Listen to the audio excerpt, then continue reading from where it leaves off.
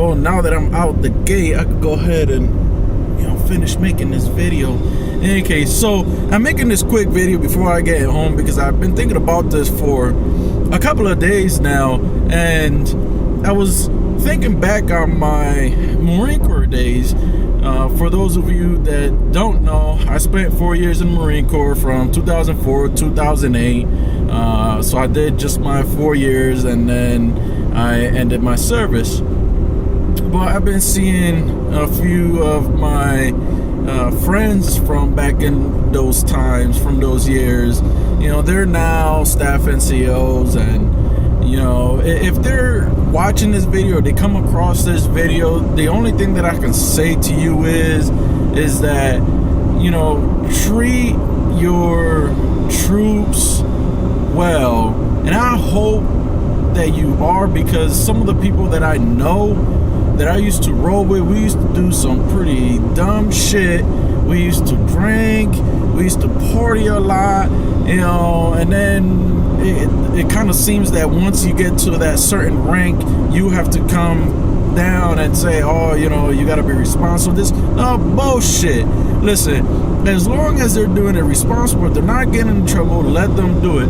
But to the point, I remember there was this one gunnery sergeant at my last duty station. I'm not gonna go ahead and name his name, only because I really don't remember it. But even if I did, I wouldn't just put it out there. Now, before I finish the story, I want to go ahead and say that I actually found out that he passed away a couple of years back. The guy passed away, had like a heart attack or something or other. I don't know what happened. But this particular gunnery sergeant, again, for those that don't know, he was an E7,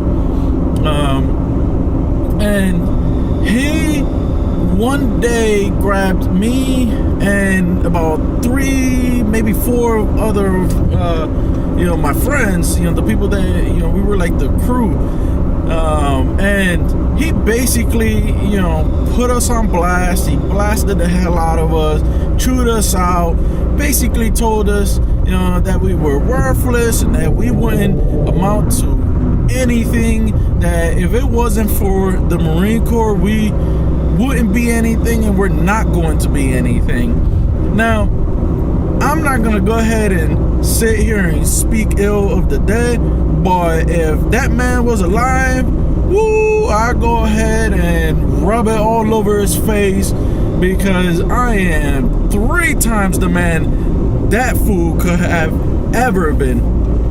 And to say that I would not be anything without the Marine Corps, there is some truth to that. I don't know where I would be in life if it wasn't for the Marine Corps.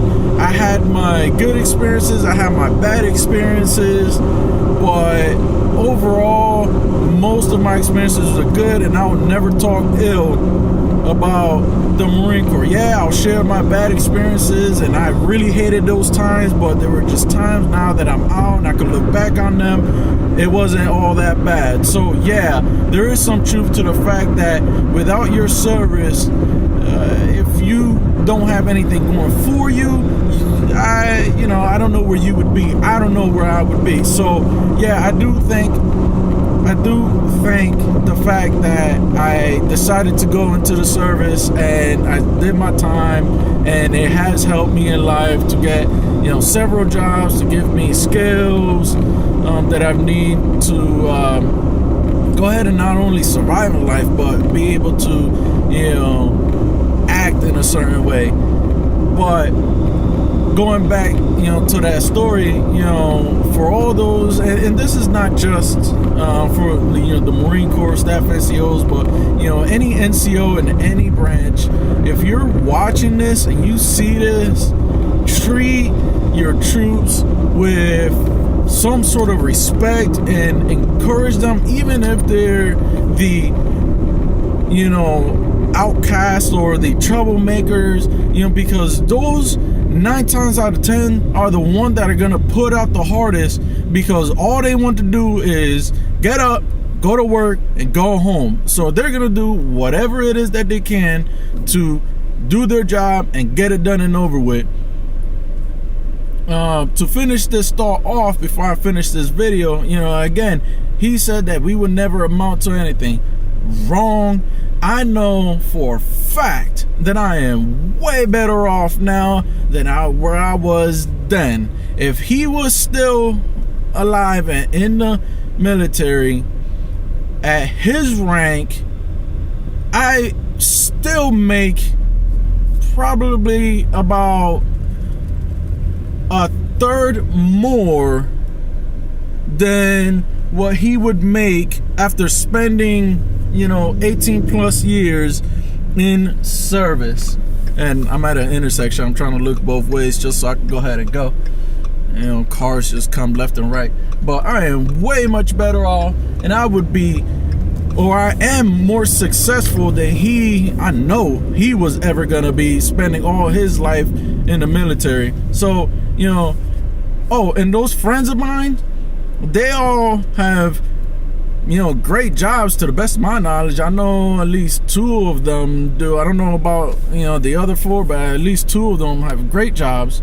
And he was just completely wrong. He thought that we were just because we like to party, because we were a little outspoken, a lot of outspoken.